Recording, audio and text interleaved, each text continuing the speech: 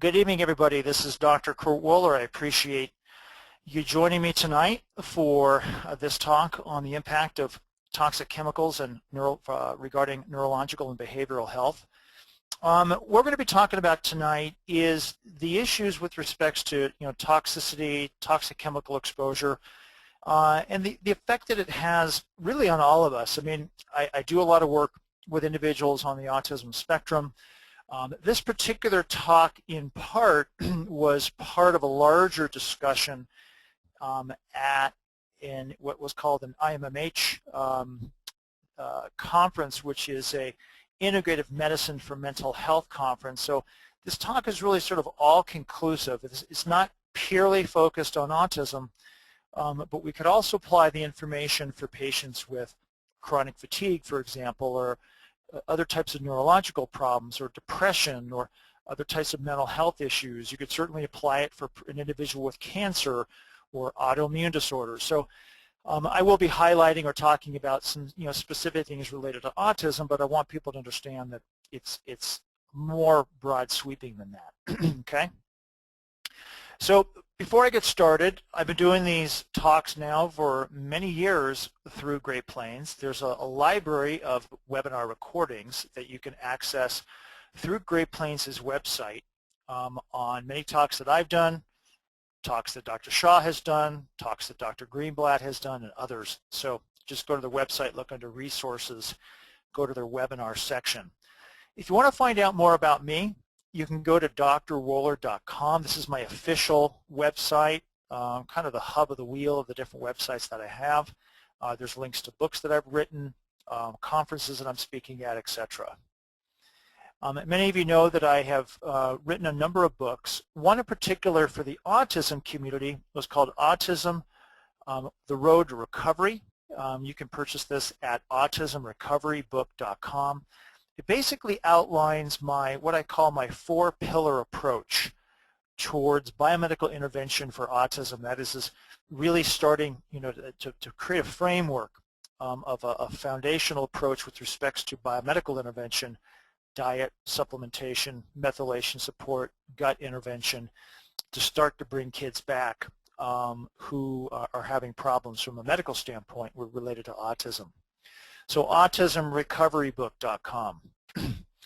Also, my membership website, which is available to anybody in the U.S. and around the world. I have people all over the world who are actually members of the site who interact with me on a daily basis through the parent forum. But there are also recorded webinars, protocols, access to professional line supplements that you can gain through that website too, autismactionplan.com. All right, so tonight we're going to talk about some issues of why we're toxic. I'm going to give an example about toxicity specifically with respect to environmental toxicity and cancer. We'll touch a little bit upon aspects of mental health, autism. I'm going to kind of step back in time and show you some slides from an old lecture I did on environmental exposure to heavy metals. We'll then reference that with respects to chronic stress and methylation defects, phenol, and something called glyphosphate toxicity, which may be kind of new to you. And then we'll talk a little bit about some remedies for detoxification. One thing is this talk, again, is kind of focusing on the problem. And I do give some aspects with respect to remedies. The issue of toxicity is a huge one. And so to do an hour or an hour and a half talk on just detox is difficult unless you lay the groundwork first, which is what we'll do tonight. But there's so many remedies and there's so many different ways to detox. It's difficult to do it all in a short lecture. Okay, so I'm going to introduce some concepts and some things to think about. And in the future, I'll be doing, more specific talks about detox. Because honestly, you could do an entire talk on sauna therapy, or you could do an entire talk on intravenous detoxification therapy and using glutathione and vitamin C. So it's difficult to touch on everything to touch everybody's needs. But okay, so we'll kind of do an overview tonight. So the question is why are we so toxic? Well, the reality is we live in a toxic world. We're exposed to tremendous amounts of chemicals and plastics and pesticides and heavy metals, particularly depending on where you live. I used to live in California. In the Central Valley of California, there's a lot of farming, and a lot of people, in farming communities are exposed to pesticides and herbicides. And so they're not only being exposed to the chemicals, but there's heavy metals in some of those pesticides too. I used to do hair analysis, for example, of people in Central California, and found a tremendous amount of arsenic in the children's hair. I'm now seeing the same type of thing in individuals in China. A lot of the kids showing up with very high levels of arsenic, which is likely coming from rice, can also be coming from poultry, where they actually give an arsenic compound to irritate the poultry so they eat more. So there can be food sources of arsenic. The reality is that we're exposed to more processed foods than ever before, whether it's preservatives, artificial colors, etc. And then, of course, we're just exposed to a wide variety of chemicals really outside our home and inside our home. So it's just more of a common problem. But let's talk about environmental toxicity and use a model with respect to cancer, okay? Because this, there's nothing certainly more serious and obviously life-threatening than cancer. And the reality is that we do not exist in a contaminant-free surrounding. And over a lifetime, we're all exposed to a different amount and different variety of toxic chemicals, whether it's smoking or alcohol, things that we might self-induce, different hormone levels that people experience, or the pathogens that they're exposed to, whether it's viruses, bacteria, etc. And depending on your body's underlying genetic makeup, can make you more susceptible or potentially less susceptible to problems going on, or long term.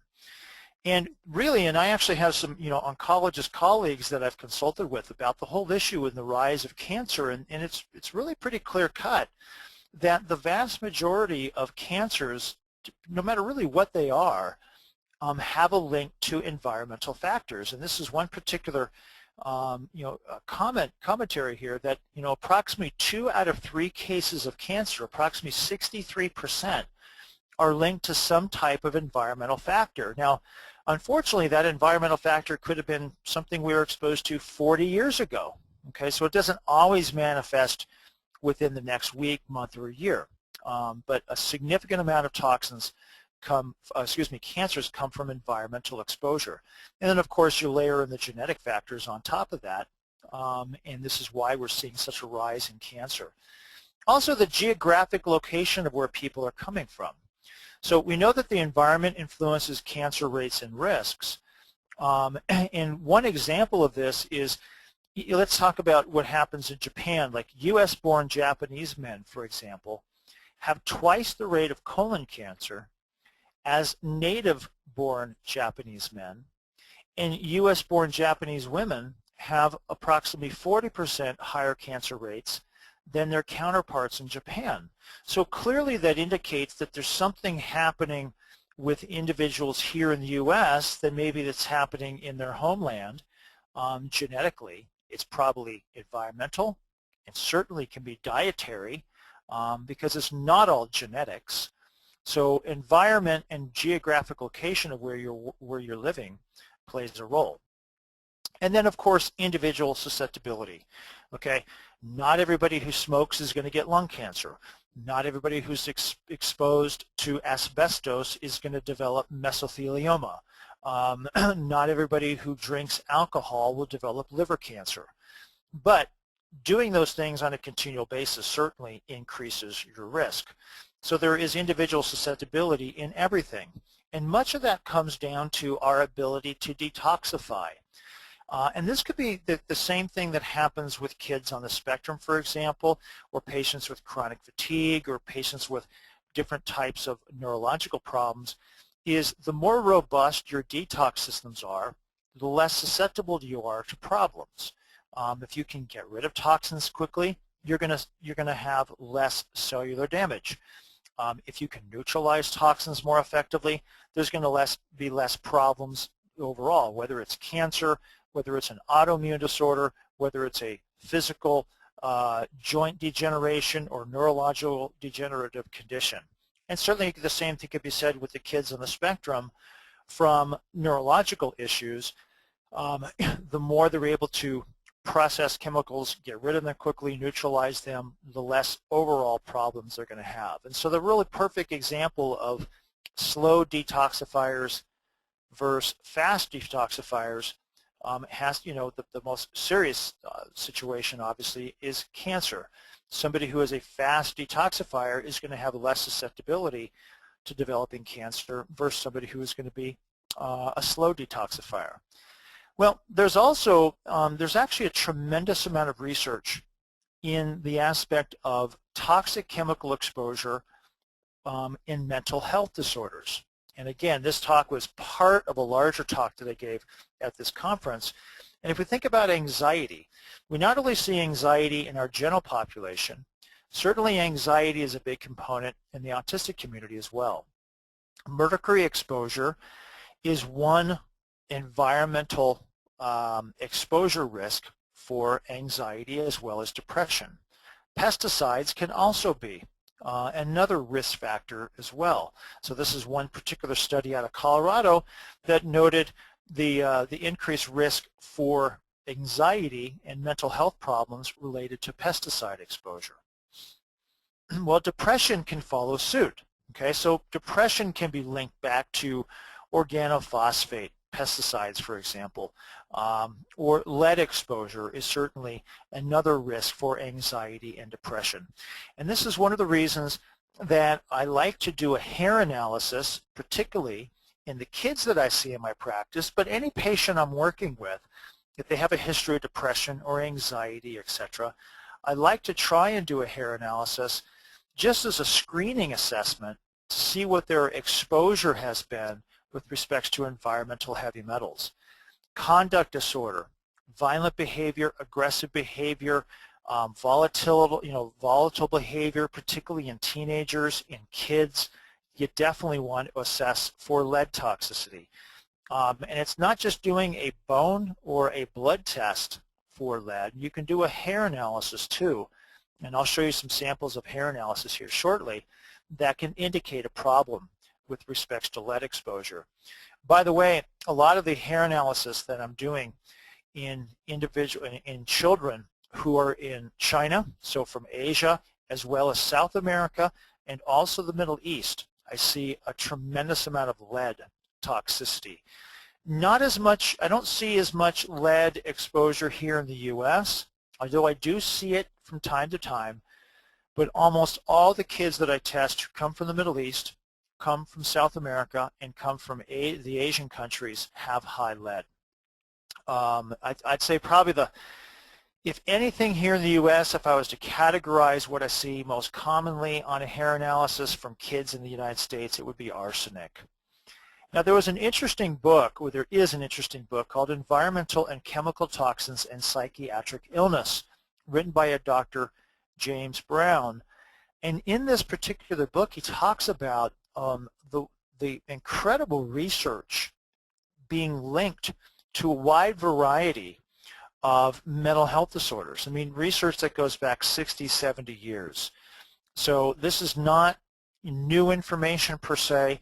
It's just that traditional medicine, for the most part, has either turned its back, turned a blind's eye, or just hasn't really bothered to look and understand that there's plenty of research out there to show this link. Well, let me step back in time real quick and talk about heavy metals with respects to environmental exposure. And this goes back to some old slides from years past, but I think you'll find it interesting. We know that heavy metals are also a major risk factor for degenerative disease, for brain inflammation, for issues related to autism, mental health, and certainly can be related to cancer as well. So years ago, I forget when this was, 2007, maybe 2008, actually maybe a little even earlier than that. I was talking about mercury exposure, particularly in California, but applying it to what was happening throughout the United States. And this was a picture that actually came out of an article. And this journalist had gone down to South America and was profiling illegal gold mining that was going on in the mountains around Uruguay.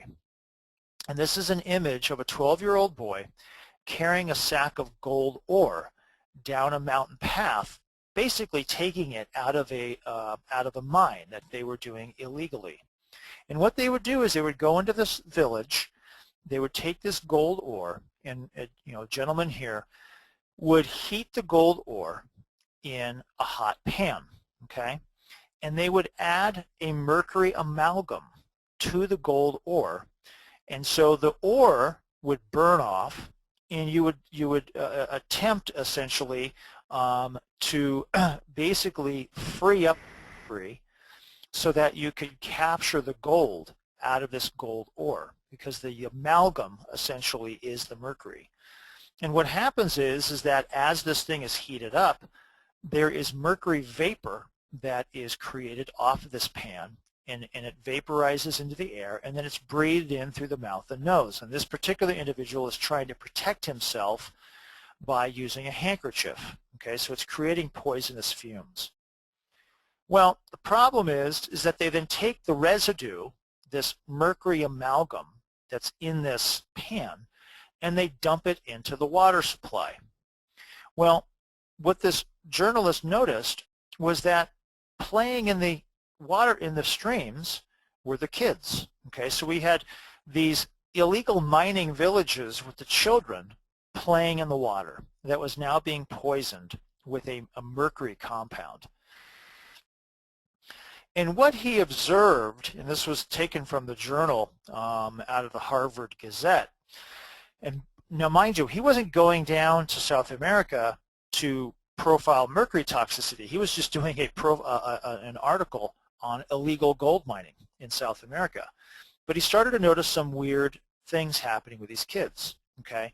And as he says here in quotes, anomalies appear in the way information is processed by the brains of these children. Nerve signals generated outside sounds and sights move more slowly than normal and sometimes disappear completely. And then I highlighted here in bold lettering. Outward physical signs include involuntary shaking, grabbing their heads and upper bodies, and hyperactivity. Now, there's been a lot of research that Dr. Shaw from Great Plains has talked about with respects to hyperactivity being linked to lead toxicity. And this fella was essentially saying this is kind of very similar to what was being described in Alice in Wonderland with the Mad Hatter. The Mad Hatter's condition that was happening back in London in the 1800s, where they used a mercury compound in the lining of hats, and it got absorbed through people's skins and caused mercury toxicity and caused mental disorders. So what this fellow was describing was mercury toxicity manifesting in children. Some of these characteristics could be attributed to what we see with kids on the autism spectrum as well. Well, a number of years ago, matter of fact, I want to say this was back early 2000s, David Kirby was a researcher. He wrote a book called Evidence of Harm, and it was profiling the issue of mercury exposure through vaccinations and environment and its potential link to autism. And that's what his book and his whole research was about.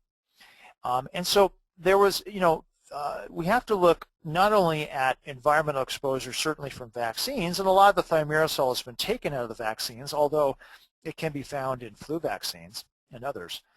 But where else could be mercury exposure coming from? Well, one of the interesting things was, at that time, and it's still happening today, is the coal mining in China.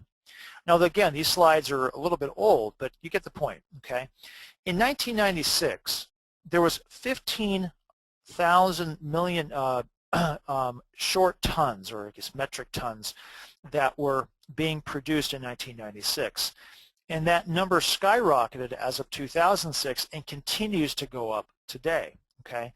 And why that's a problem is that what's happening with the metric ton production of these coal emissions out of China is not only creating a tremendous amount of just pollution in the air that's not only affecting China and surrounding countries, but it's the mercury that's found in these, what are called these plumes that come and accumulate in the atmosphere and then circulate throughout the earth. This is one particular plume that circulates up over Mongolia and then comes along the outer aspects of Alaska and along the west coast of the United States. And it basically is depositing mercury along the western half, the west coast of the U.S., and we're basically getting environmental exposure to mercury that's coming from China. Now, there's been a lot of independent research and journalism into this, and this was just one particular article that came out a number about the invisible export, and that was the hidden cost of China's growth, particularly with the migration of mercury exposure through the atmosphere that comes along the Gulf Stream. And they were basically talking about how China is just spewing out tons of mercury into the air on a yearly basis. And why this is problematic is if we look at the deposition, the depot areas of mercury throughout the United States, and this was just a slide from 2001, granted a bit old, but still relevant. And we notice here the blackened area. These are heavily concentrated areas of mercury deposits. Notice we have an entire area here in the upper left-hand corner along the coastal regions of Washington and Oregon. We have a high concentration in the upper part of California, which could, some of it could be equated to the gold rush of the mid-1800s, and then we come all the way over to the eastern section of the U.S. Looking at here, most likely looking at coal mining through the Ohio Valley, etc. Okay, and then of course there's different levels of concentration. So we don't live in a perfect environment. Now the CDC, the Centers for Disease Control, has estimated that approximately 600,000 babies are born each year in the United States with mercury levels that are higher than what the EPA considers safe. And so, and the concerning thing of that is that approximately 1 in 6 women of childbearing age actually have elevated levels of mercury in their body. The issue is most people aren't being exposed to just one metal. Okay, they could be exposed to a variety of different heavy metals. So the question is what is the diagnosis rate of a neurodevelopmental disorders in children? And granted, again, some of this information is only as of 2008. We know that the autism rates are going up. Well, it coincides exactly with what the Centers for Disease Control found, 1 in 6. Now, as of today, and this changes depending on where you are in the U.S., approximately 1 in 88 children are diagnosed with autism here in the United States. And this is up from 150 just as of the year 2000. And certainly, I would expect those numbers to change, even at the time of this presentation. Excuse me. Okay, so this is just some examples of testing that I've done in the past with respects to heavy metal exposure. This was a fecal test, a stool test that analyzed for heavy metals. And notice here, lead level is extremely high. Arsenic level is very, very high. This particular test actually was from a young boy who lived in Arizona, in the Phoenix area. Particularly an area in Phoenix that was sort of a newer development that had been built on old cotton farms. In the old cotton farms, they would, like they do in many farming communities, use herbicides and pesticides that had at least arsenic in it. And this particular child, he also had lead exposure. This is a urine toxic metal test after doing a challenge where we did an oral challenge of 7.5 milligrams of using DMPS, which is a specific chelator, just to show you how much mercury certain individuals store. And this was out of a 5-year-old boy. And then, again, urine toxic metal test showing significantly elevated levels of lead. And there's some elevated mercury too. So we know that metals and exposure to metals are certainly an important component. And I would recommend that any parent who's listening consider doing a hair analysis from Great Plains Lab. You just do a basic hair analysis on your child, see what their overall exposure rate has been. If you're a doctor working with kids on the spectrum, I'd recommend the same thing. If you're a physician or parent or loved one of somebody with a mental health disorder of some sort, again, I would recommend doing hair analysis to just get a basic overview idea of exposure to heavy metals. Now the issue, and this again comes back part of a larger talk that I did on the aspects of things that cause chronic stress in the body. So we can have hormonal imbalances, metabolic imbalances, immune imbalances from not only mental emotional stress, toxic food, toxic environments. And what ends up happening is that we create these toxic chemicals in the body that create different kinds of problems from a hormone and immune and inflammatory standpoint. This particular slide, we won't go through it too in depth, but I just want to point out a few things here, okay? It ultimately doesn't really matter so much what the stressor is. It can be mental emotional, it can be physical, it can be an injury, it can be inflammation, it can be environmental. When we have chronic stress, whether it's a child on the spectrum, a patient with chronic fatigue, an individual with rheumatoid, an individual with cancer, those chronic stressors send a signal to the brain, which then sends a signal to our adrenal glands to continue to output cortisol, to try to create a balance in the body with respect to inflammation and cellular metabolism. And when that chronic stimulus doesn't turn off, we get ever increasing amounts of cortisol. But the problem is that over time, the brain becomes somewhat desensitized to this signal. And it creates an imbalance of hormones in the body that create a precursor to diabetes and heart disease, creates a breakdown of our fat, and affects our immune system. And then way over here on the right, we'll start to create dysregulation in our immune system, whether it's gut inflammation, blood inflammation, brain inflammation. It all begins with chronic stressors that affect the brain. And so if we think about this particular talk, when we're talking about toxic chemicals and heavy metals, etc., we have to think about those things as being stressors that we're trying to eliminate so that an individual's brain and nervous system is no longer being bombarded with these signals. And there's a lot of independent research that has come up to really document some of the environmental effects and the environmental toxicity effects that are not only found in mental health disorders but autism as well. And this particular research study came out of Northeastern University by a Dr. Deeth. Dr. Deeth has done a lot of research with respects to methylation defects, the effects of mercury toxicity on methylation. And this was one research that was just showing how toxins deplete glutathione, how that inhibits B12 and folate metabolism, and this particular link with respects to autism. So we know that in autism, or at least in some autistic kids, the environmental toxicity they've been exposed to are creating problems. And then, of course, this particular study, which has been around for a long time, talking about the different biomarkers that show increased oxidative stress and impaired methylation in autism, again, linking back to environmental toxicity. And why this is important is this overall talk of methylation.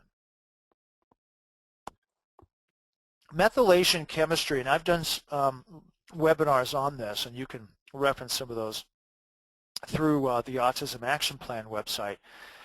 But methylation plays a key role not only in supporting neurochemistry, serotonin, dopamine, other chemicals, melatonin production, etc., but it also plays an integral role in detoxification. If our methylation system is disrupted or significantly impaired, our ability to detoxify is going to be also compromised. Now this isn't an in-depth talk about methylation, but it does give an idea about why this particular area is so important and why it's been researched to such a significant degree in autism and is now finding its way research into other types of health disorders. Matter of fact, depression, for example, there is a therapy called Deplin, which is a high-dose methylfolate supplement for people with depression. I'm doing a book on the methyl B12 folate link to Alzheimer's disease. We know it has links to multiple sclerosis. It certainly has links to certain cancers and other degenerative disorders. And the bottom line here is through methylation chemistry, we're ultimately down here in this light green box, and that is the ability to either produce or maintain adequate levels of glutathione. If we can't maintain adequate levels of glutathione, the brain and the cells in our body are very susceptible to oxidative stress and inflammation and damage.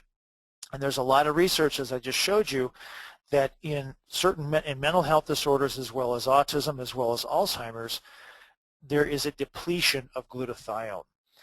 Methylation chemistry not only has an impact on neurochemistry, but it also has an impact on the immune system. So the regulation over viral infections, for example, is intimately linked to methylation. It helps in the production of melatonin. It helps maintain the intestinal mucosa in the digestive system. So it has its hands in many different types of things. The book that I've written for the autism community with respects to methyl B12 can be found at methylb12forautism.com, and this goes through the science of methylation, the chemistry of methylation, talks about how to obtain, how to administer, why the methyl B12 injections are so beneficial, and then talks about nasal spray, etc., and other options. So this is a worthwhile book to have if this is something you're looking to do for your child, and if you're a practitioner, certainly worthwhile to have for your practice if you're working with patients with these kinds of problems. Well, you can't talk about methylation and not also talk about sulfur chemistry.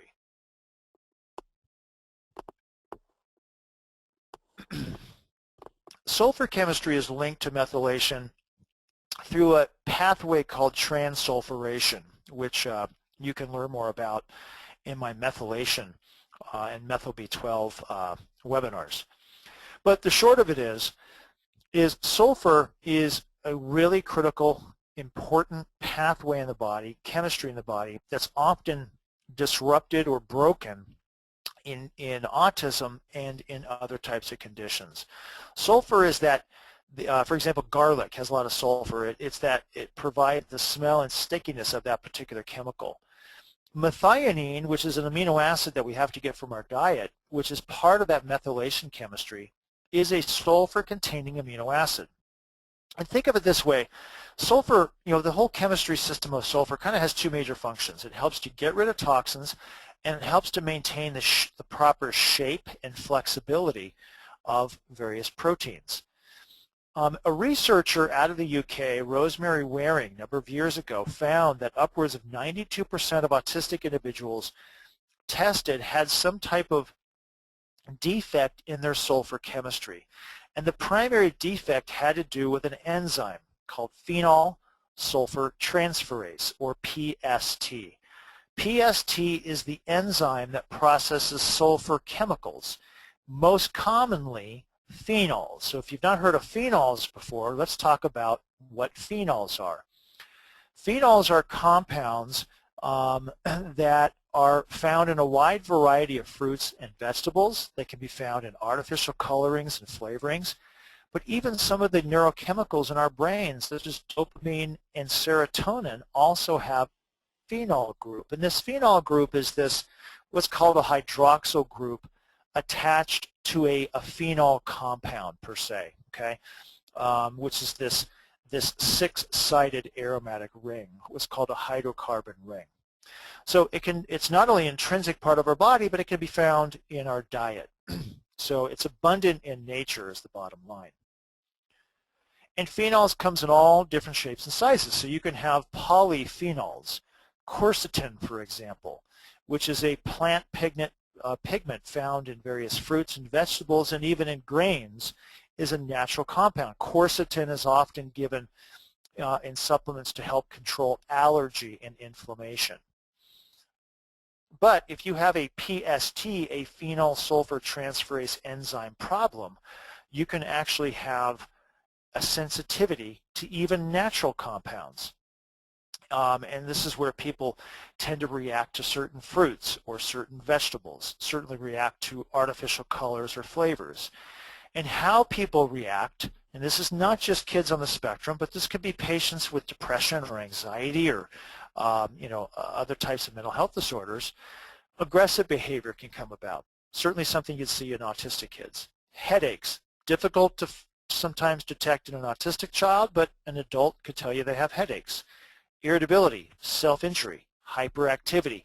One of the first things that I think about when I have a parent talk about hyperactivity, my mind immediately goes to the fact that there's likely some type of PST or a Phenol-Sulfotransferase problem, and I usually will send them over to a place to do some additional research. Mood swings, poor sleep. This is interesting. Inappropriate laughter, goofiness, and giddiness. Often that is a sign of yeast overgrowth, but not always. Okay, the vast majority of times when I see that, I think of a child who's likely got a yeast problem, but it can also be linked to a phenol sensitivity. Okay, erratic thoughts. You're not going to have an autistic child start to ramble on about their erratic thoughts. However, adults, teenagers, not on the spectrum but are having some kind of mental health problem certainly could. So one of the places I refer people to when these types of things come up or we're suspecting this is the Feingold Institute. Dr. Feingold was an allergist and immunologist who first proposed a theory back in the early 70s to the American Medical Association that attention deficit and hyperactivity in some kids was likely linked to certain chemicals in foods and drink. Now you can only imagine at that time he was ridiculed, he was laughed at, they thought he was a quack, typical stuff. Okay, well, it turns out that he was right. Okay, that doesn't mean all kids with ADHD, have a direct link to that, but certainly a lot do. And this particular graph is pretty interesting. If you look at the amount of food dye in milligrams per day consumption in somebody in 1955 compared to what people are being exposed to today, there's a huge, almost a six-fold increase in what? In less than 60 years, okay? So we're all being exposed, if we eat this way, to much more food dye than people were back in the mid-50s. A couple things that can help with respects to phenol sensitivity or overall to support detoxification.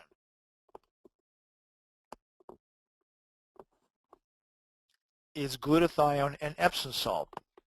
Now, glutathione we know is often depleted by environmental toxicity, heavy metals.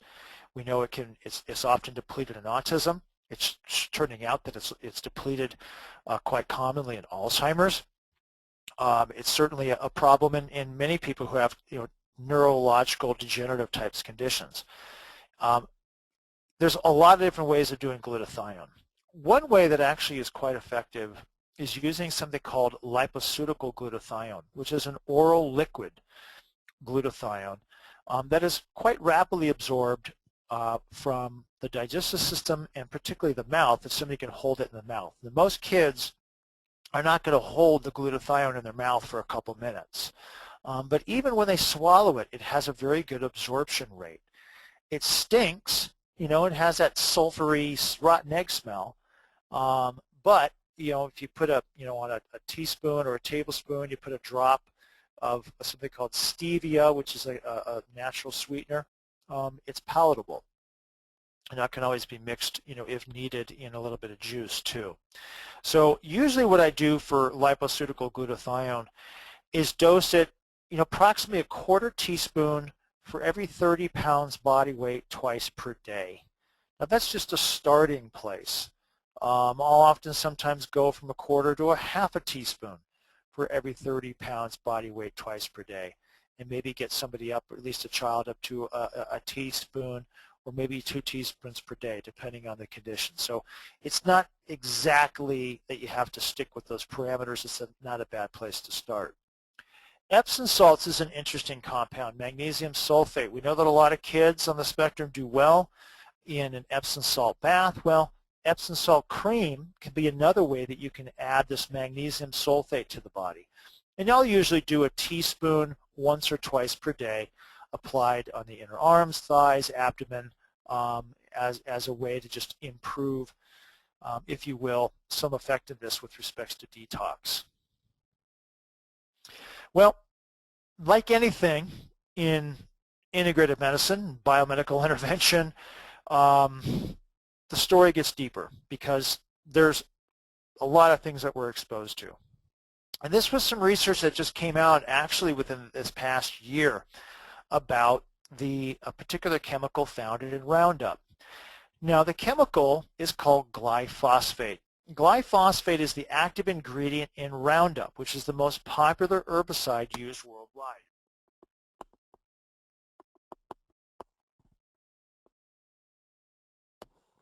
And what it is the residue of glyphosate is often found in many of the main foods that are found in the Western diet.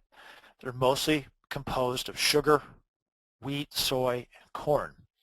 What glyphosate does is it inhibits a plant enzyme called EPSP synthase. An EPSP synthase is needed by plants to grow.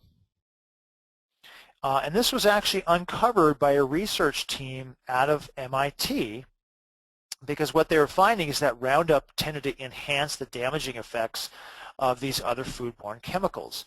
Now, the company that produces Roundup has long claimed that glyphosate is non-toxic to humans. And this was just a graph that was shown in this research paper showing the rates of environmental glyphosate exposure that goes back all the way to the early 1990s, all the way up through 2010. Now there are other graphs that sort of correlate linkages to autism too. So we can't truly say that glyphosate is the link, the sole link, the only thing that can be attributed to an autism epidemic. But it does, point to the fact that certainly environmental factors, if it has a link to cancer, other neurological disorders, other chronic health disorders, that it makes sense that at some level, certainly environmental factors can play a role in autism too, and that certainly is the case. Well, one of the things the company that produces glyphosate claims that it's harmless to humans is that they state that humans don't contain a particular biochemical pathway called, and I think if I can pronounce this right, the shikimate pathway, okay? And the shikimate pathway, if I'm producing that correctly, is necessary for amino acid biosynthesis, not only in plants, but bacteria, and that's why it's important, because if a plant can't produce and access amino acids, it can't grow, okay? The problem is that we as individuals don't have a shikimate pathway, but the intestinal bacteria in our body does. And why this is important is that our gut bacteria are intimately involved in essential amino acid processing, okay? Tryptophan, which is important for serotonin pathway, and serotonin as well. Melatonin, from tryptophan you get serotonin, you get melatonin. Dopamine and adrenaline are intimately connected to the essential amino acid processing that takes place in our diet, that comes processed in our gut and then absorbed from our gut into the body and then transported throughout the body to the cellular level. Well, if the gut bacteria are then part of that equation, and we're disturbing their shikimate pathway, we're creating an imbalance in essential amino acids in the gut because of this chemical called glyphosate. So that's just one link, if you will, of environmental exposures and how it could affect us chemically. So the question comes up is, how toxic are we? And there's, these are not applicable to every single individual, but if you as an individual or if you're a practitioner that have patients, people with headaches, skin eruptions and conditions, muscle, joint and pain, fatigue, hormonal imbalances, neurological disorders, certainly that could be autism, etc. Hypersensitivity reactions. These are people who are really hypersensitive to smells, to chemicals, to supplements, to medications. They're just overly reactive, overly sensitive. It's usually a sign of some type of sensitivity problem. Fingernail changes, fluid retention, the list goes on and on. So one of the things that we talk about with respect to environmental exposures is detoxification. And again, it's difficult to do a talk like this and get into all the nitty-gritty with respect to detox because you have to take every individual, from a singular standpoint and apply things to that one individual. We clearly know that some kids on the spectrum are much more severe than others who have very poor glutathione production, have major defects in the methylation. Same things can cross over to patients with mental health disorders and other chronic degenerative disorders as well. So a general rule as far as detoxification, why we would tend to want to do detox, is to reduce the chemical load that tends to accumulate over time, tends to undermine our health and vitality, preventing disease in the future such as cancer, etc. And so areas that we can focus on is things like bowels, liver, gallbladder, kidney, skin, lungs. These are all avenues of detox. One of the avenues that I look at quite in depth with kids on the autism spectrum is the digestive system. Looking at markers of enzyme efficiency, inflammation, yeast, parasites, bacteria, because if they have an unhealthy digestive system, it's going to impact them systemically. It's going to impact their brain, it will impact their mood, it'll impact their ability to socialize, language, eye contact, environmental awareness, etc. And so many kids, and the vast majority, have some type of digestive problem, some more severe than others. And the chemicals that get produced, etc., will create a toxic effect in the body. So we often look at the digestive system as a place to start. And one of the areas that can be looked at, quite importantly is, are kids on the spectrum moving their bowels? If there is a history of constipation, it doesn't really matter how much detox you try to do. You can try and do IV therapy, heavy metal detox, glutathione, Epsom salt baths, methyl B12 injections, vitamin therapies, etc. If they're not moving and a person's not moving and they're not eliminating poop, they're not going to get very far as far as their ability to detoxify, because there is a principle in natural medicine called auto-intoxication. And that is where the bowels will reabsorb toxins back into the bloodstream. Okay. Now, one of the things that I've been able to do for some patients, more adults than kids, is colon hydrotherapy. There are many certified colon hydrotherapists around the country who provide a wonderful service in helping to eliminate old stool and toxic stool that's accumulated in the digestive tract, sometimes over months, sometimes over years. And it can be a tremendous way to help kickstart a detox process. Difficult for some kids to do, although not impossible. I know there's some colon hydrotherapists in the Los Angeles area who have worked with kids on the spectrum, and we actually see some very nice changes. The other thing is just assessing bowel function. Doing a comprehensive digestive stool analysis, again, looking for infections and looking for digestive markers, looking for markers of inflammation, ruling in or ruling out infections, candida, Clostridia, other bacteria, parasites, all important. Food sensitivities, okay? One of the reasons I like to do food sensitivity profiling, whether it's gluten sensitivity, corn, rice, other types of foods, is that food sensitivities can create low-level inflammation in the digestive tract, causing problems in detox. So those are critical areas to look at and consider. So if you're a parent looking to do some intervention, if you haven't so far with your kid, with your child, I always advocate doing the organic acid test from Great Plains Lab. And if you can, financially, do a comprehensive digestive stool analysis as well to see what's going on, cross-checking yeast, cross-checking bacteria, looking for parasites, etc. If you're a physician practitioner working with adult patients, that's also an excellent place to start too.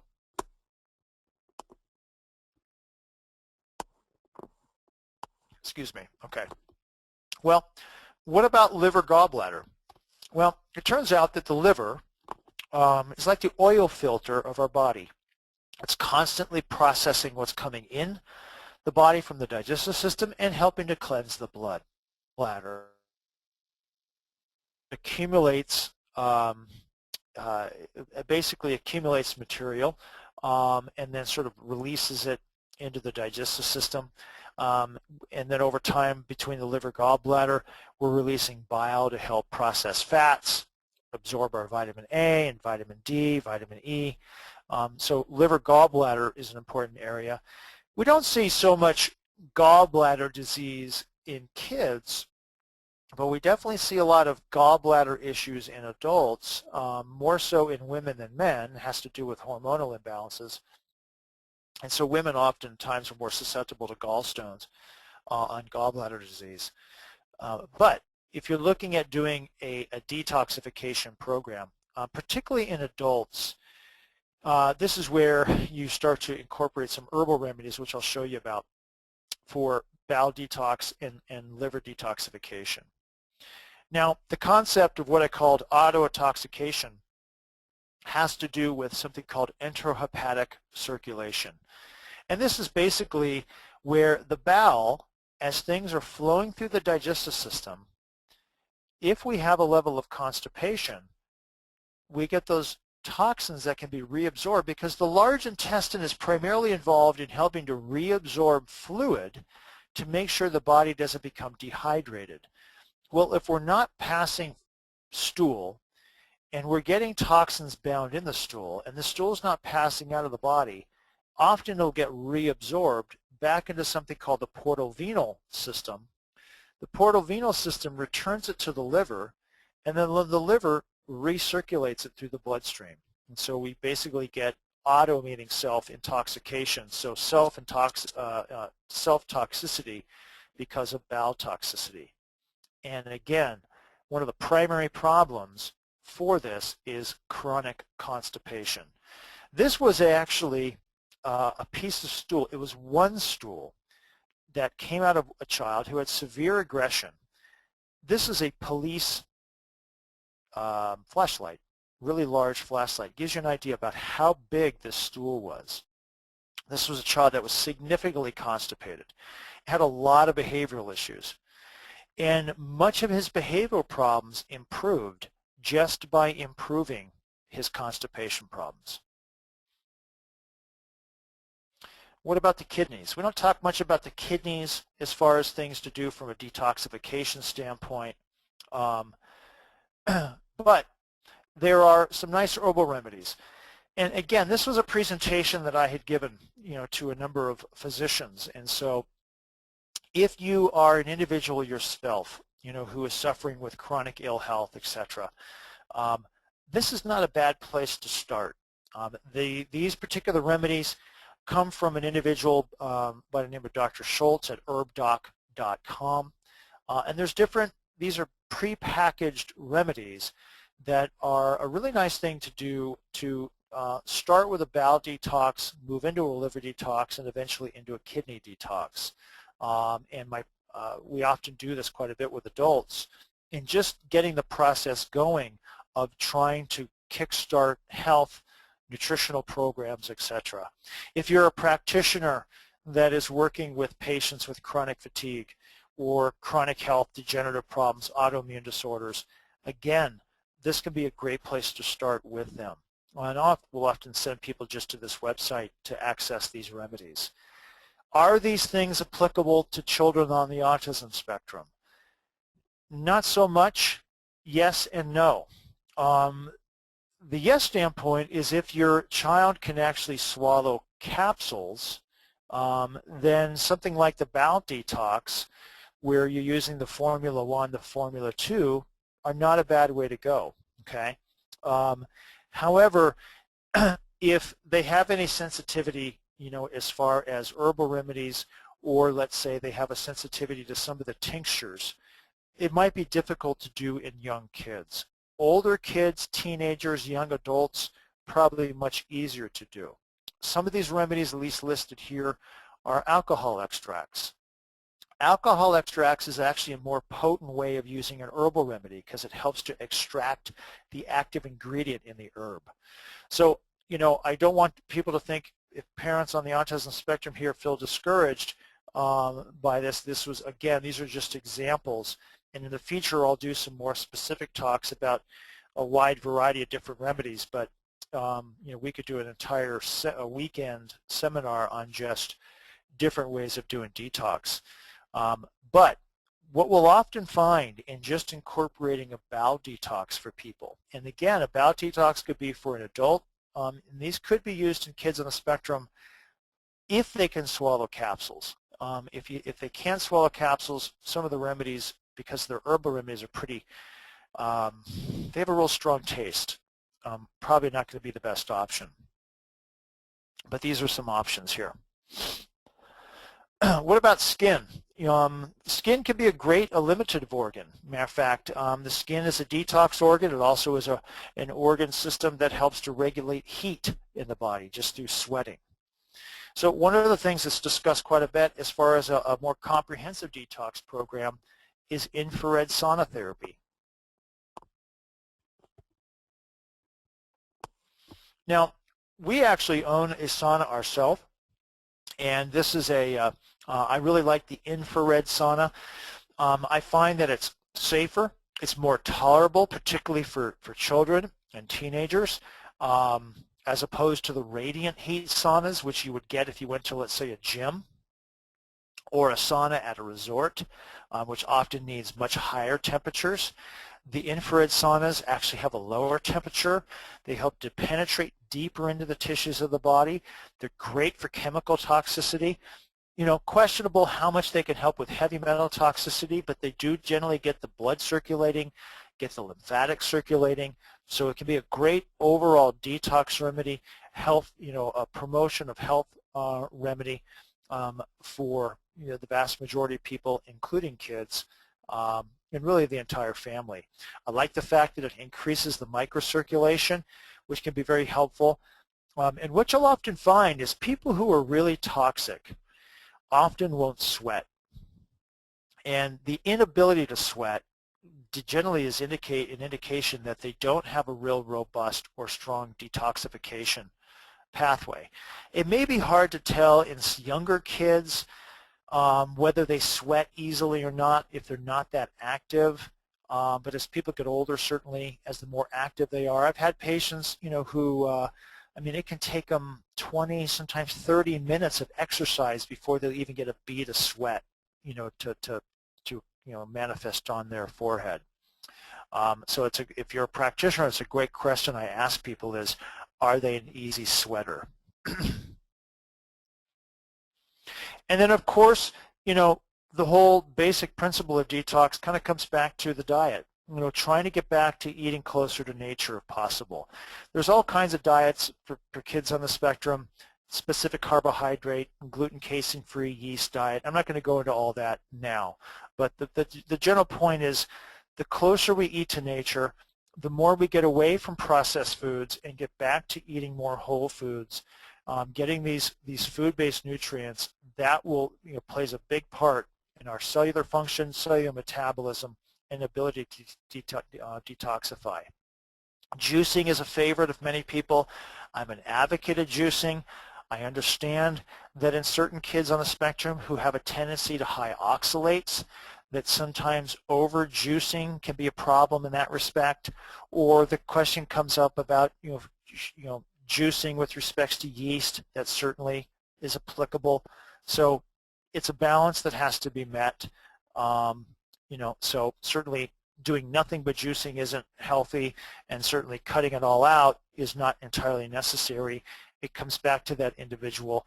I have some kids where they can't have any juice because they have so much yeast. I have other kids who do fresh vegetable juicing who do just fine. So it's striking that balance. But juicing can be a very important way to get nutrients into somebody as well. And then exercise. It's often overlooked. I see a lot of people who under-exercise. And one of the things is I see a lot of kids, even kids on the spectrum, who are not getting enough activity. Whether they're indoors all the time, they're in therapy sessions. I mean, I understand it. There's a wide variety of problems that occur. You have some kids who are flight risks. They have to be watched. You can't necessarily take them to a park and let them run around. So again, it's very individualized. But in general purposes, exercise, being active, running in the park, running in the backyard, jumping on a trampoline, being out in nature, these are important aspects of detoxification because it gets the blood circulating, it gets the brain active, and it also tends to burn off excess stress, which is important particularly for kids, particularly kids who are hyperactive, but also people who are of low energy or depression. There's a lot of studies that show that even moderate exercise can help overall with depression and lift mood. So I don't ever want to forget exercise as being part of an overall detoxification program. And then finally, vitamins.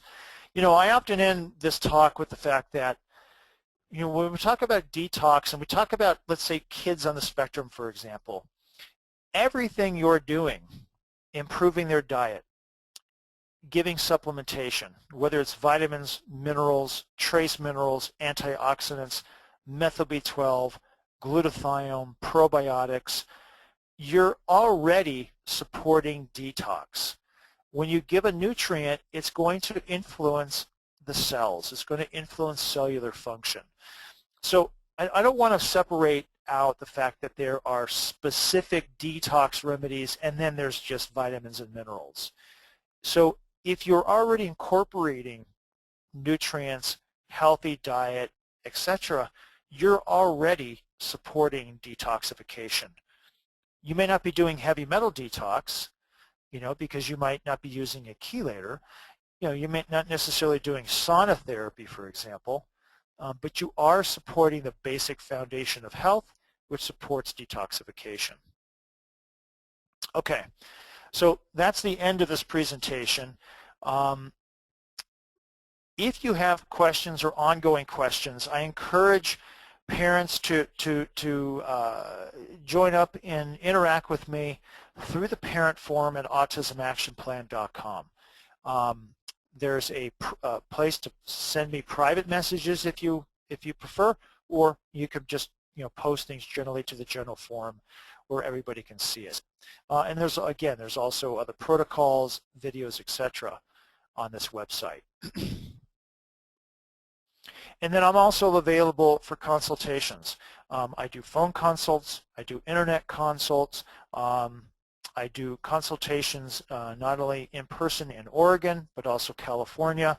And so for more information about my consultation services, if you would like to consult with me personally, you can email to info@mysunrisecenter.com, or you can call 951-461-4800. Again, also go back to Great Plains' website, look through their library of past webinars, and there's a wide variety of other topics that I've talked about there as well.